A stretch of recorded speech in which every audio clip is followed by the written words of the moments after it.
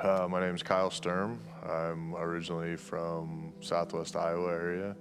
A couple years ago, well, a year ago now, I took a job out here in Lincoln and moved out here. And when I took the job out here, then I had some family out here, so that helped a little bit. Got two kids. Yep, Ava, she's 13, and Kyson's 10. I actually grew up in the Lutheran church, or in a Christian home.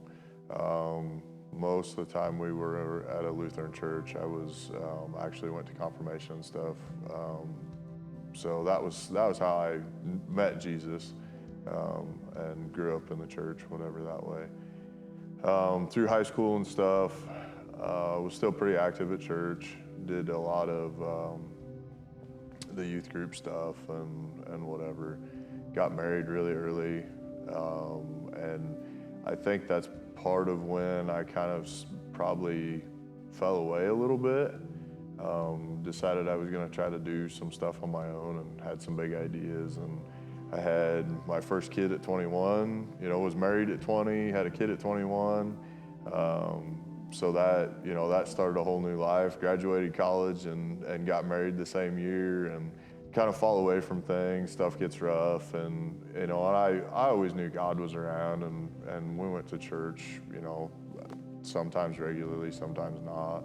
With my kids growing up and stuff, I knew that I needed to be a spiritual leader for them too. That was something that, growing up for me, that my mom and dad, did a lot of, making sure that they raised a Christian household and stuff. And so being a single dad for a while, I tried to push that a lot, but trying to balance kids and work and single dad life was a little rough.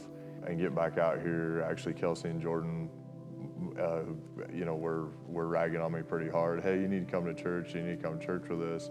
And I always had an excuse. I could always come up with an excuse, especially with moving and family and whatever.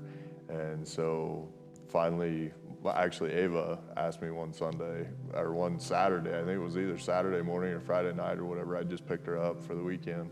And she said, "Dad, are we going to church this weekend?" And I was like, yeah, we are.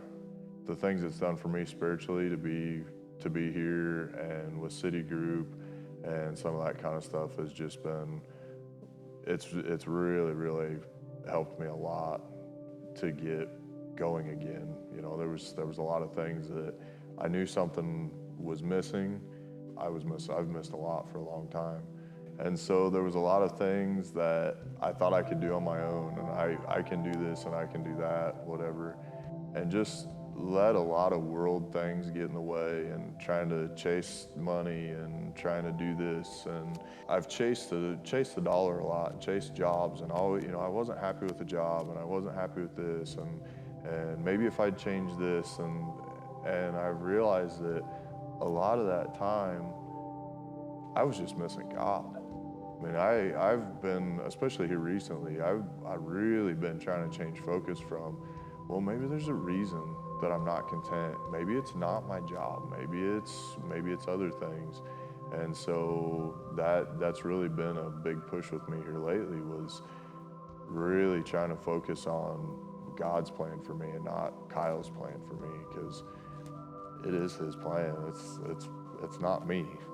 So, and I can look back and there's a lot of things that, just bad life choices could have put me in a totally different spot. And my daughter, actually, Ava, was talking with me one night, and she goes, "Oh, hey, Dad."